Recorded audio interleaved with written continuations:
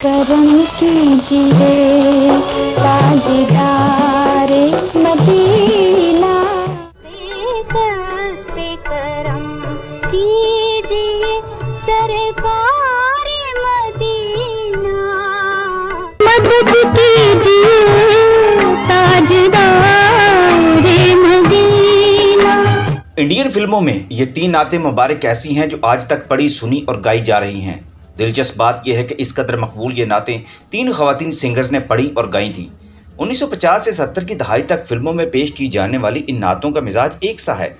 जैसा कि सबसे पहले 1950 में मुबारक बेगम ने जब ये नाते मुबारक पढ़ी, करम कीजिए ताजदार मदीना, तो इसके बाद लता मंगेशकर ने मुगल आजम में एक शाहकार नात पढ़कर शोहरत हासिल कर ली थी। लेकिन फिर एक ऐसा वक्त आया जब लता की बहन आशा भोसले ने भी एक नाते मुबारक पढ़ी, मदद कीजिए ताजदार मदीना।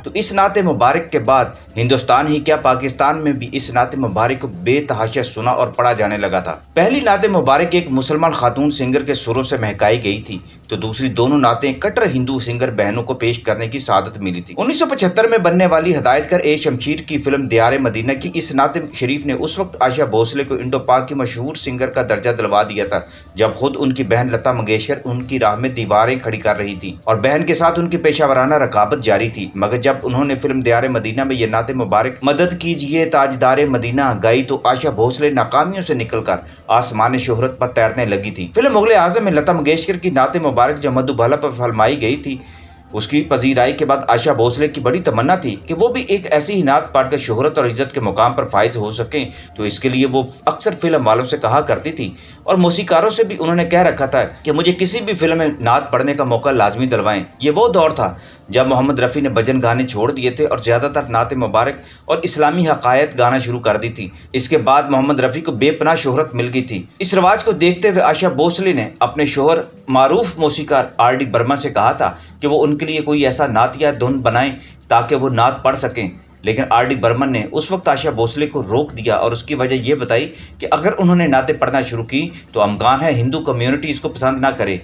लेकिन आशा भोसले के दिल में ये बात बैठ चुकी थी कि वो जिंदगी में एक बार नातिया कलाम जरूर पढ़ेंगी। ए शमशीर ने जब दियारे मदीना फिल्म बनाना शुरू की तो उन्होंने आशा भोसले की दिली मुराद पूरी कर दी। दियारे मदीना की कहानी बुनियादी तौर पर दो बहनों की कहानी है जो माँ के मरने के बाद एक दूसरे से जुदा हो जाती हैं और उनके मिजाज भी एक दूसरे से अलग अलग होते हैं। एक में दीन की लगन होती है तो दूसरी आज़ाद ख्याल होती है। दियारे मदीना में ए शमशीर ने इस्लामी तहजीब और इक़दार को उजागर किया था। ए शमशीर 1956 से कास्ट्यूम फिल्में बना रहे थे। इंडिया की पहली एडवेंचर फिल्म टार्जन और किंग कांग भी उन्होंने बनाई थी, जिसमें उस दौर के कई मुमताज़ अदाकार शामिल थे। ए शमशीर ने 1956 से 1989 तक दर्जनों फिल्में बनाई, मगर उनकी दियारे मदीना के बाद जो फिल्म मकबूल हुई तो इसमें फिल्म औलिया इस्लाम का नाम भी लिया जाता है। इस फिल्म में उन्होंने अल्लाह के बंदों की मुश्किलात और उनके रूहानी मकाम को मौजू बनाया था। ये एक मुश्किल फिल्म थी मगर इसने भी काफ़ी बिजनेस किया था। इस तजर्बा के बाद उन्होंने 1989 में दीन और ईमान, न्याज और नमाज जैसी कामयाब फिल्में बनाकर इंडियन फिल्म इंडस्ट्री में मजहबी मौज़ूआत पर फिल्में बनाने का रवाज शुरू कर दिया था। उनकी फिल्मों में नातिया और सूफियाना कलाम भी शामिल हुआ करता था।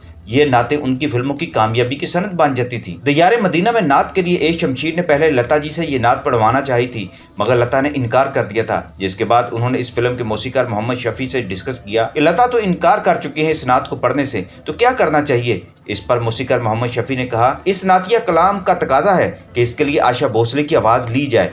वैसे भी मैंने सुना है कि आशा की ख्वाहिश है कि वो किसी फिल्म में नात पढ़ें, क्योंकि जब मैं मुगल आजम में उस्ताद नशाद के साथ था तो आशा भोसले बड़ी हसरत से कहा करती थी कि काश उन्हें भी सरकार मदीना जैसी सुपरहिट नात पढ़ने का मौका मिल सके। मोहम्मद शफी सतार नवाज थे और उन्होंने बॉलीवुड के सुपरस्टार मौसीकार नशाद के साथ मुगल आजम में भी उनको असिस्ट किया था और फिल्म के बैकग्राउंड में स्टार की जो आवाज़ है वो मोहम्मद शफी ने ही बजाया था। मोहम्मद शफी ने 14 साल तक निशात के जेर साया काम किया था और फिर खुद इनफरादी तौर पर भी उन्होंने 30 से ज्यादा फिल्मों की मौसीकी दी थी।